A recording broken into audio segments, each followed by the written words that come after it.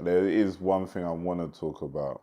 So you see, like you coming from ends, and you've had a lot of man that kind of you've come across a lot of youngers in the ends and so on. So, is there a time in you being in the ends, you kind of regret the outcome of someone's life being under your wing?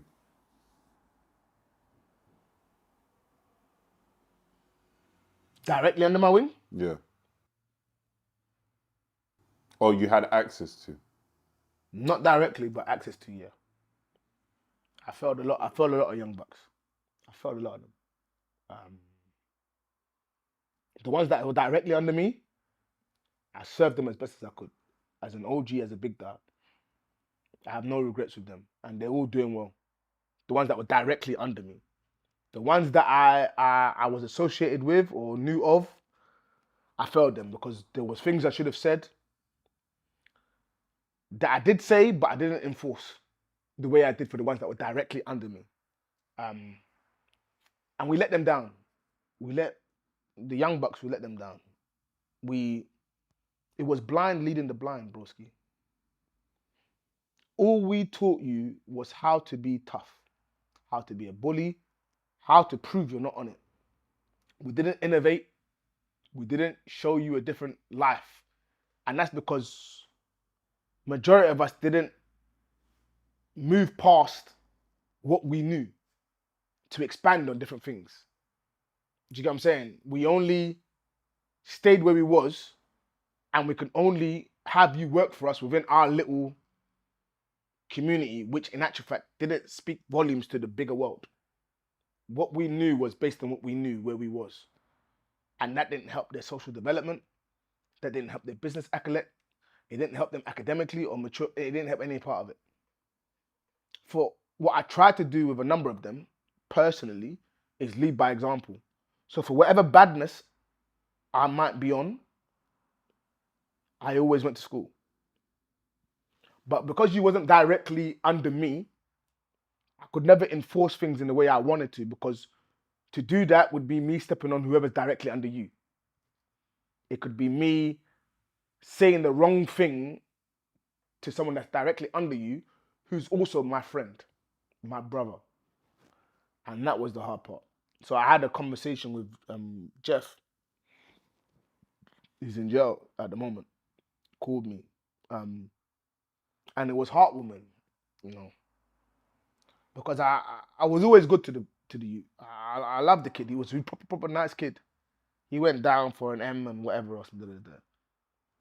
And I know, and I said to him, I said to him, I'm sorry. He said, no, it's not your fault. Da, da, da, da, da, da. But I had to tell him, I am sorry.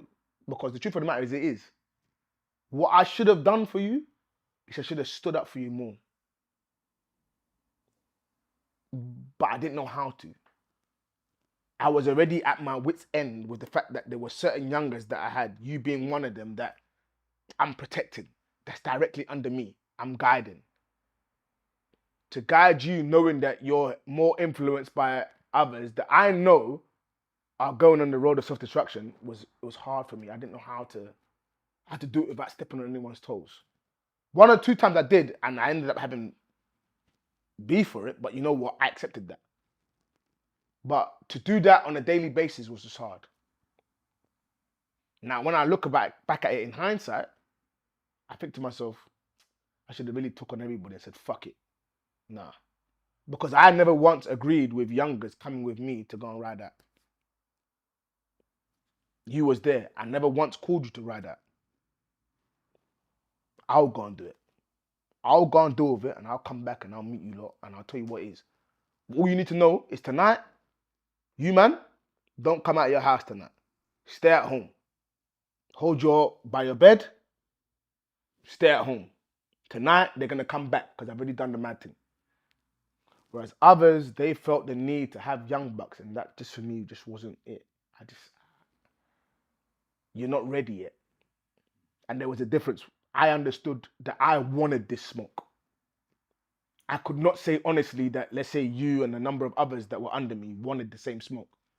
You wanted to make a bit of money, yeah, and chill and whatever else. And I wanted to protect that innocence. We still out here, we're still together, but as far as Who's gonna go jail? I'm gonna go jail. You gonna be alright. That was the big dog in me. You see it? Not everybody looked at it that way. And I couldn't tell you to look at it that way because we didn't embrace ends the same way. I wanted to be an OG on the block. I wanted to be a big dog. But by being a big dog didn't mean that I had youngers that I sent it back to go and do my... Nah. The most I'll do is send you to the shop to go and buy me a drink. Other than that, so there was a number of times, you say, for example, with you, I sit there and I say to you, yeah, it's getting a bit hot. Go and meet your other friends. Go do what you're doing. Go be great where the hell you are. See this thing here? This thing ain't for you, broski. That's not me saying that you can't handle it. It's just me saying this ain't for you still. But I'm still here anyway. Call me. Anything, yeah? I'm down. So ultimately, what I should have done with a number of them is I should have taken them all on. But at the time, was I mature enough to do that? No. Did I have the capacity to do that? No. I didn't have the resources to do that. So what that should have told me is I should have been in a position where I should have been owning business and doing big things so that I can tell you lot, cool, you can still be who you are, but when you're working with me, work with me, you earn your living. That shit come later on. So if you know, when I joined the mentoring company and I did that, I employed everyone. Everybody's like, oh, where you? Oh, Gabz got this job. It's like, yeah. But I didn't want any praise for it. Because for me, that's something I should have done over 10 years ago. With the amount of money that I've made and what I've done, I should have been doing more than that. In ends, as elders, if you really want to be an older, we should have all been doing that. In which case, any one of the young G's, whoever that went to jail that came out, they've got a job they're going to come to. We can put you on a good salary. We can fix this. But all we did was teach you how to be on more badness. So if we was on badness, you wanted to beat our badness by making sure that you shot someone way earlier than what we did, if we did. We just created monsters. Then, after you've done your jail time as elders and whatever else, you've come like, oh no, it's all long. But by then it's too late.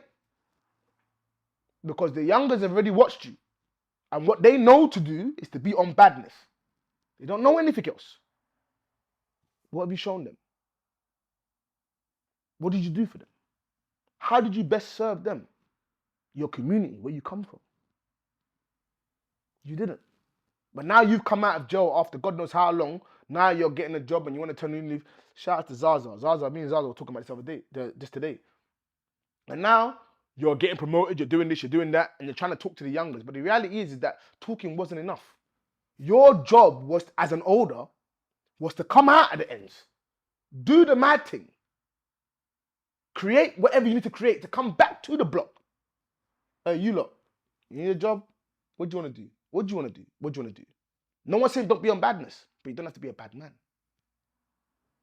I'm sitting here now, I'm a professional. I'm still on badness, but I'm not a bad man.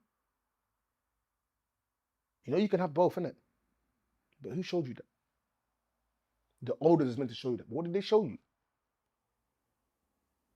And then you're wondering why they're spiraling out of control? And you want to blame them? What did you do? Ask yourself, as an older, what did you